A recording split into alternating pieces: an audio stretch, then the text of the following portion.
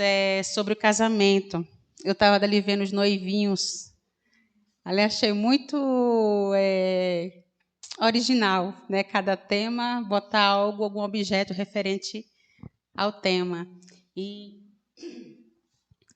para honra e glória de Deus, esse tema, ele veio para minhas mãos, não foi por acaso, porque Deus também transformou meu casamento de água para o vinho. Então, o que eu vou falar vai ser com muita propriedade, porque eu vou falar algo que eu vivi. E antes de entrar no sermão, vamos curvar nossas frontes, né, e falar com Deus. Querido Deus, bondoso Pai, sou grata a Ti, Senhor Deus, por estar mais uma vez na Tua santa presença. Pai, Tu sabes, Senhor Deus, o que eu vou falar. Até eu, Pai, eu não sei bem o que vai ser dito aqui. É o Teu Espírito Santo, Senhor Deus, que vai falar por mim. Então, neste momento, Senhor Deus, eu sou instrumento nas Tuas mãos. Me usa da forma que o Senhor quiser. É isso que eu te peço e agradeço, no doce nome santo de Jesus. Amém. Irmão, quando a gente fala em casamento, a gente lembra de sogra, né? E vocês sabiam que, de acordo com o Código Penal, o Código 1595, sogra é para sempre? É para sempre, irmão. Então, pense bem, né? E eu achei muito interessante quando o Código Civil afirma isso, que se acontecer de os cônjuges se separar e sua sogra precisar de uma pensão, você vai ter que dar. E assim, o título é Restauração do Casamento. Vamos ler, né? Vamos abrir a nossa Bíblia em João. Eu costumo dizer, irmão, João sozinho, porque tem 1 João, 2 João, 3 João.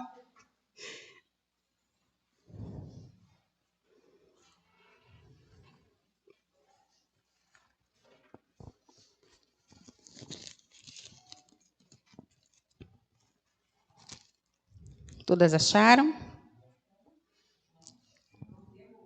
1 João. Ai, não, irmãos, me perdoe. João, falei do João na estante. João 2, capítulo 1, do 1 ao 11.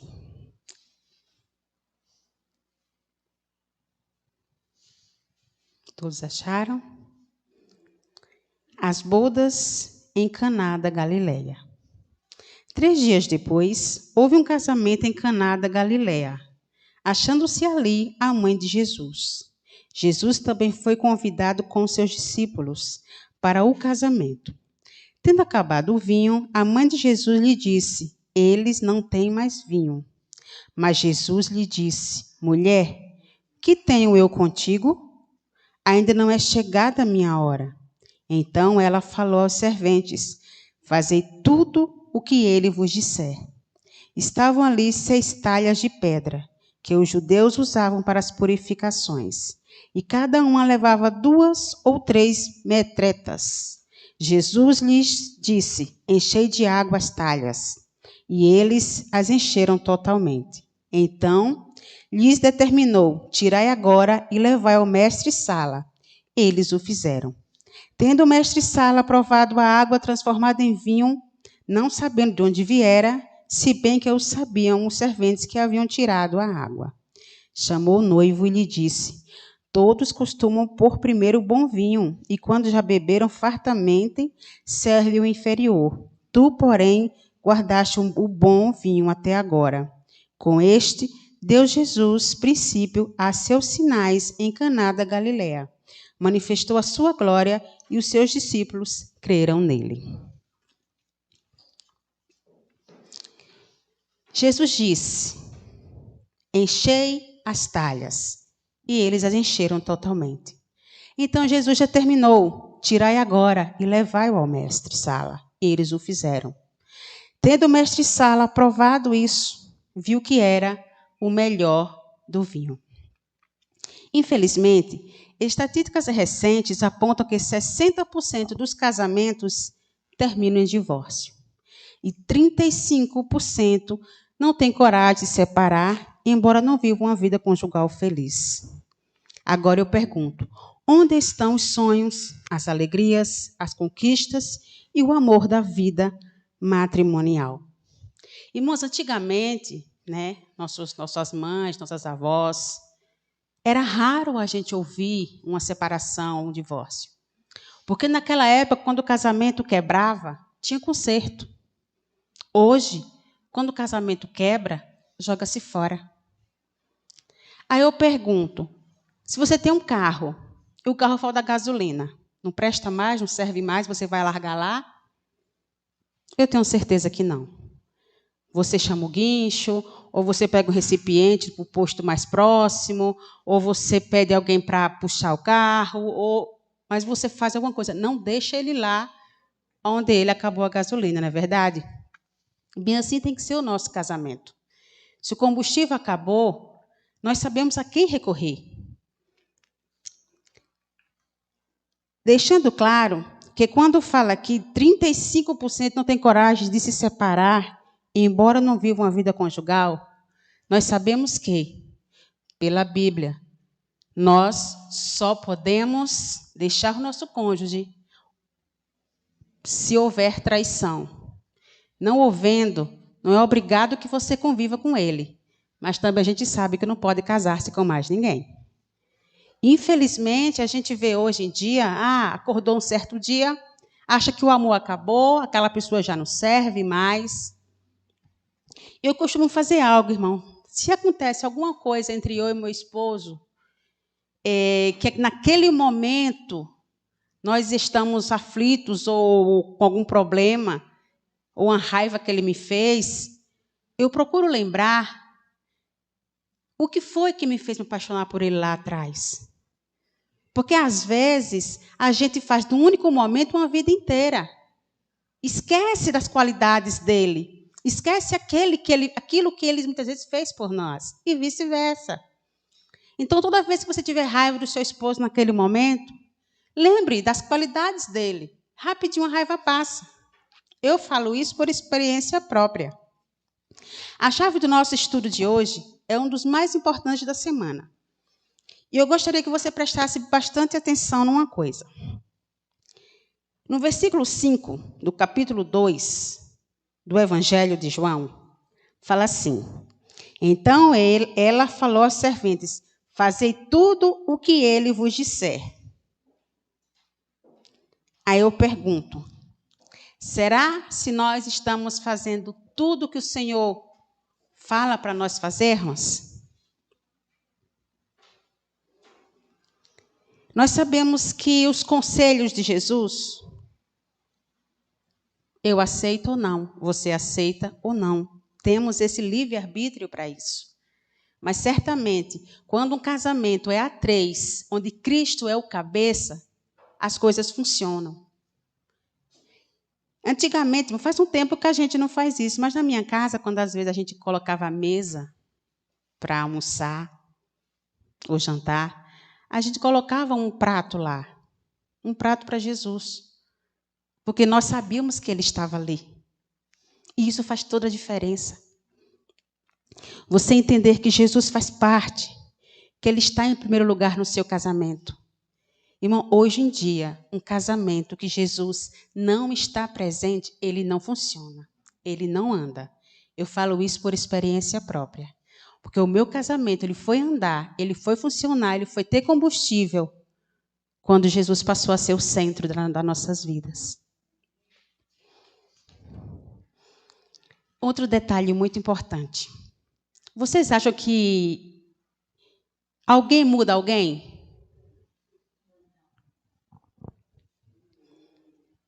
Irmão, no começo do meu casamento, foi um casamento tão turbulento, que eu cheguei para o meu esposo e falei assim: nem Deus te muda. Não porque eu não acreditava no poder dele. Porque para eu querer, ou para Jesus vir, eu tenho que querer. Eu tenho que deixar. Então, foi nesse sentido que eu falei para ele que nem Deus o mudava. Porque na minha mente, ele nunca ia dar espaço, não ia abrir o coração para Deus trabalhar. E nós sabemos que se alguém achar que pode mudar alguém, sinto muito, vai se decepcionar. Porque só ele que está aqui, vê o oculto, profundo, escondido, que vai poder fazer essa transformação. Aqui no relato conta uma experiência de um pastor que no começo do casamento dele, após alguns meses de trabalho em um distrito desafiador, composto por 28 cidades, ele fala assim: minha esposa disse que estava orando para que Deus mudasse algumas coisas em mim. Eu pedi que falasse quais coisas eram. Mas ela falou: pergunta para Deus. Então, fui orar e perguntar para Deus o que minha esposa estava pedindo que eu mudasse. Um mês depois, perguntei para ela se ele havia respondido à oração dela. Ela disse que não. Então, orei mais 2 meses. Aí eu me animei e perguntei outra vez. Dessa vez, ela disse que Deus já havia respondido à oração dela. Eu não tinha certeza do que Deus havia mudado. Então, para resolver a curiosidade, perguntei o que era. E ela disse: querido, está resolvido. E isso importa, é o que importa. Esse episódio aconteceu há 18 anos atrás. E até hoje, ele não sabe o que era. No ano passado, eu disse para minha esposa: estou orando para que Deus mude algo em você. E ela me disse: fala-me o que é. Então, foi a minha vez de responder: pergunta para Deus. Então, aqui deixa claro que Deus ouviu. Havia algo nele que ela não estava gostando. E Deus mudou. Deus em segredo com ela, né? Ela e Deus, foi mudado. Mas, às vezes, irmã, a mudança que a gente quer no outro tem que partir de mim primeiro. Às vezes, a gente quer tanto que o outro mude e não está se olhando. Não está...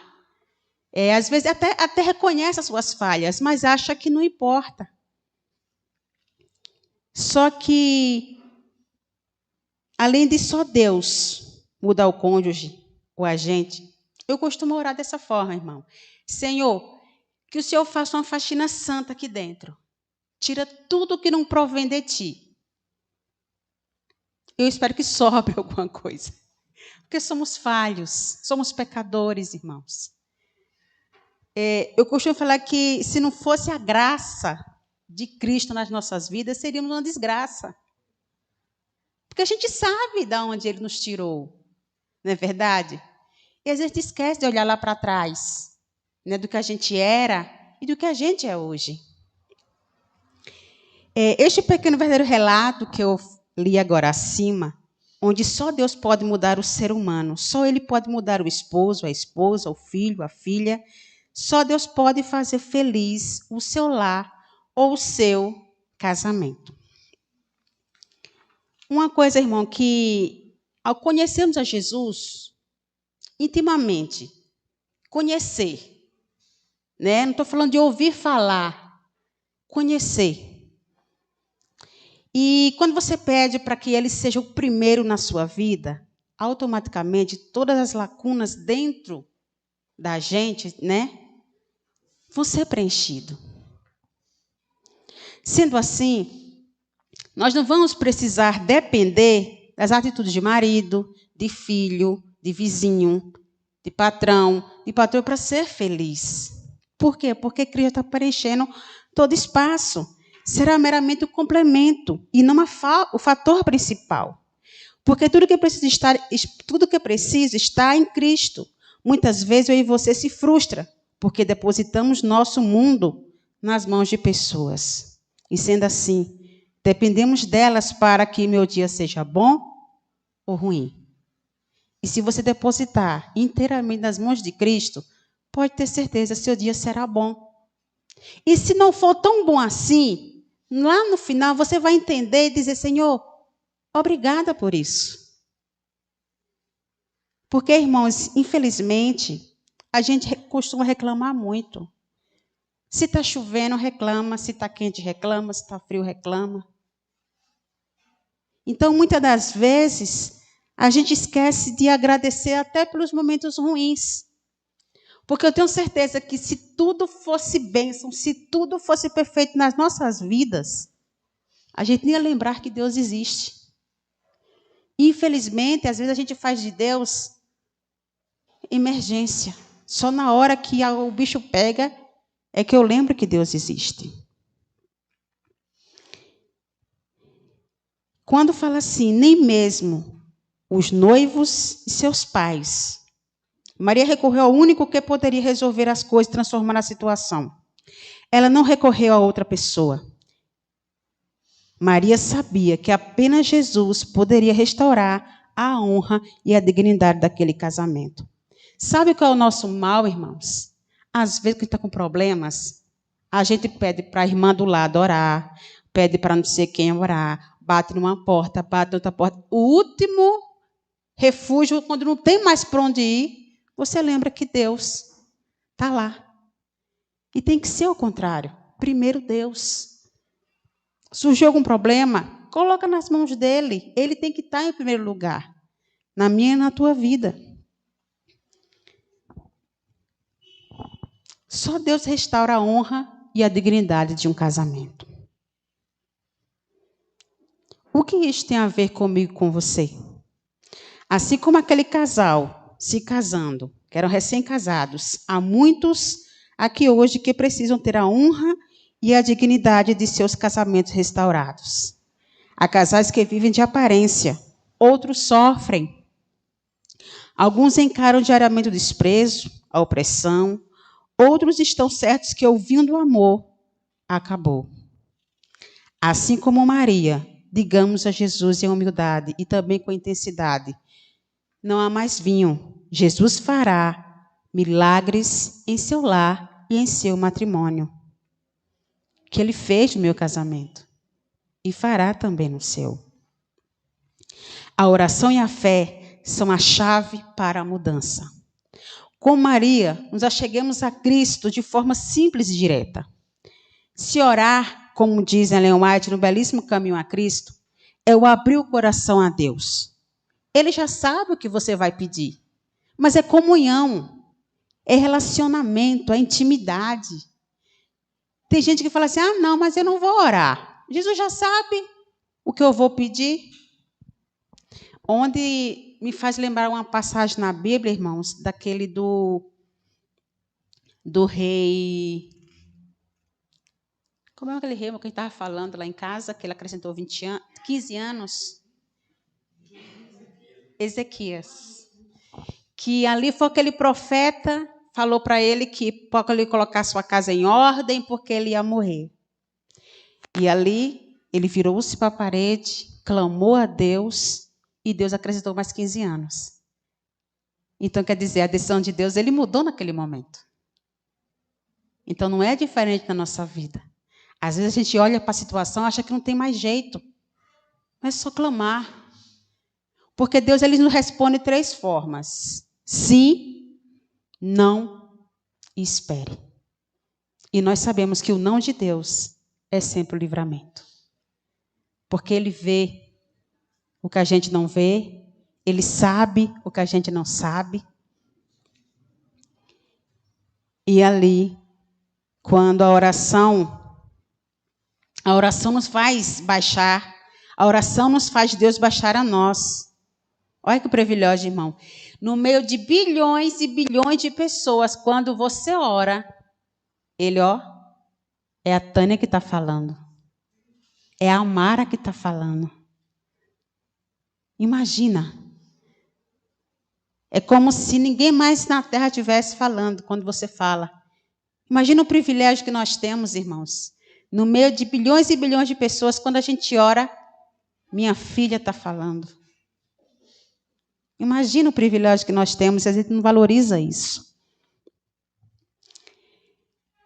Aqui fala assim, casem 3 vezes, 4 vezes, mude de casa, de carro, de visual, mas sempre com a mesma pessoa.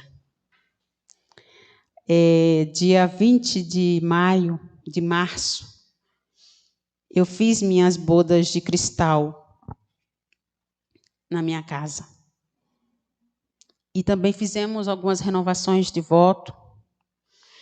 E essa chama, irmão, tem que estar sempre acesa. Sabe o que é o mal de muito casamento? Já me casei. Ele já sabe como eu sou. Ele já sabe minha aparência. Tanto faz. Não vou pintar cabelo. Não vou colocar roupa bonita para o meu esposo. A casa é mesmo, né? Então, para quê? Não, irmão. Homem é o que vê. Mulher é sentimento. Mulher é mais aquele chamego, aquele carinho. Homem é o que vê. E o que é que estamos botando diante dos olhos dele?